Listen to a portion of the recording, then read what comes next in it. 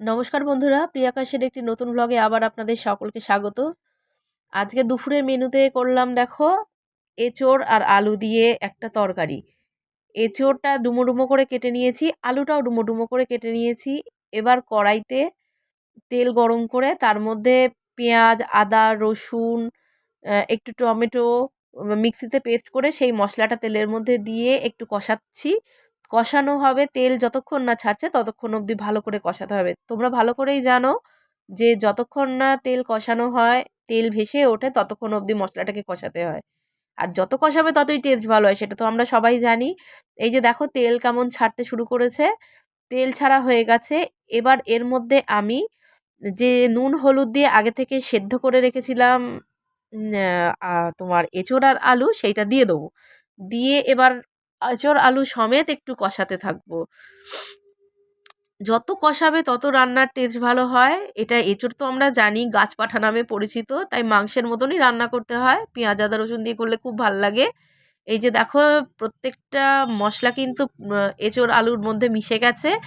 এবার এটাকে একটু ভালো করে আবার একটু নাড়াচাড়া করে নিয়ে থামাবে না খুন্তিটা, তাহলে আবার নিচে ধরে যাবে। একটু কষিয়ে নিয়ে এর মধ্যে আমি জল ঢেলে দেবো পরিমাণ মতন, যাতে একটু 80% মতন তো সেদ্ধ হয়েছিল, পুরোটা যাতে সেদ্ধ হয়ে যায়। এবার আমি অপেক্ষা করব ঝোলটা ফোটা অবধি। তার জন্য দেখো একটু সবগুলো একটু ঝোলের মধ্যে ডুবিয়ে দিলাম, যাতে ভালো মতো নুন ঝালটা ঢুকে যায়। নুন মিষ্টিটা সবাই আন্দাজ মতনই দেবে।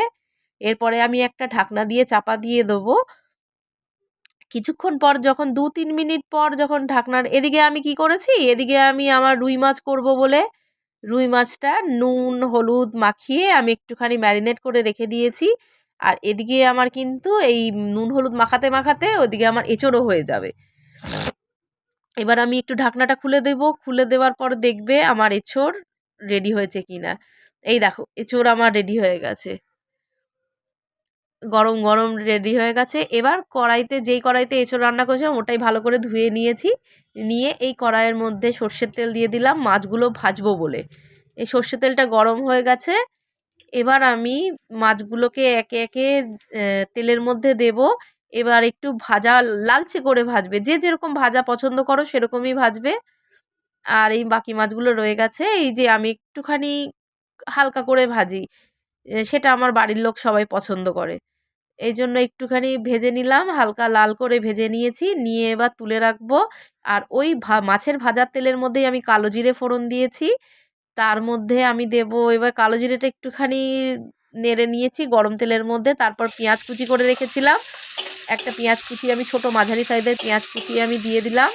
দিয়ে পেঁয়াজ কুচিটা ভাজা অবধি, একটু ভাজা ভাজা হওয়া অবধি একটু তেলের মধ্যে নাড়তে থাকবো। একটু ভাজা ভাজা হওয়ার পরে আমি এর মধ্যে একে একে সব মশলাগুলো দেব।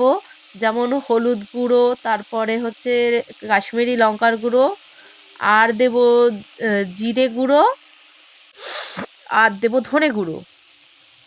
এই মশলাগুলো দেওয়ার পরে আস্তে আস্তে ভালো করে কষাতে হবে।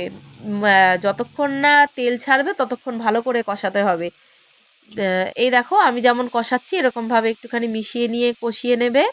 তারপরে একটুখানি কড়াইতে অল্প অল্প করে কিন্তু জল দিয়ে কষাবে, যাতে মশলাটা ধরে না যায়।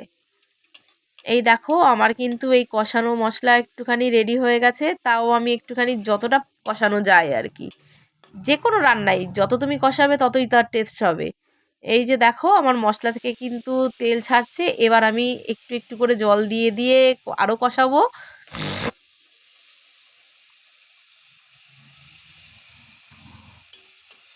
মশলা আমার মোটামুটি কষানো হয়ে গেছে।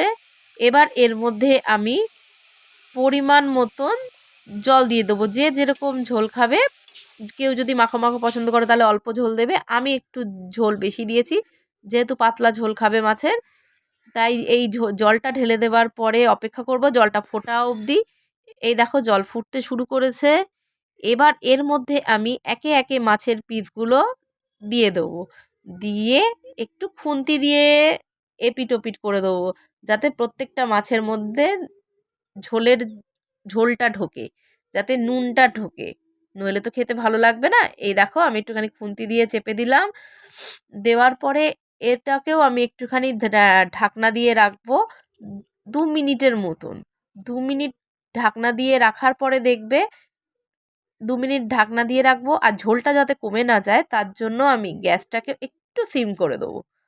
সিম করে ঢাকা দিলে ঝোলটা দেখবে ভালো হয়। এই দেখো 2 মিনিট পর যেই ঢাকা খুলেছি, তেল কি সুন্দর আলাদা হয়ে গেছে, রঙটা কি সুন্দর হয়েছে দেখো। এর মধ্যে আমি একটুখানি ধনেপাতা উপর থেকে ছড়িয়ে দেবো। ধনেপাতা যেহেতু আমার খুব ভালো লাগে, যাদের ভালো লাগে না তারা সেটাকে স্কিপ করতে পারো, তাদের তাতে কোনো প্রবলেম নেই। বাট আমি ধনেপাতা খুব ভালোবাসি, তাই ধনেপাতা দিলাম। দিয়ে এবার আমি মাছের ঝোলটাকে একটা পাত্রে নামিয়ে রাখবো, যেই পাত্রে আমি রাখবো ওখানে ঢেলে নেবো। এই দেখো আমার মাছের ঝোল রেডি হয়ে গেছে। সকাল সকাল আমার মাছের ঝোল রেডি।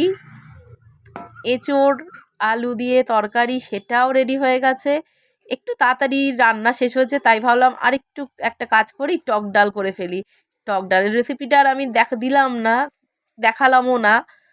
টক ডালটা করে ফেললাম আম দিয়ে, যেহেতু এখন আমের সিজন। আর সাথে দেখো পাশে ভাত হচ্ছে, ভাতটাও একবারে হয়ে এসছে।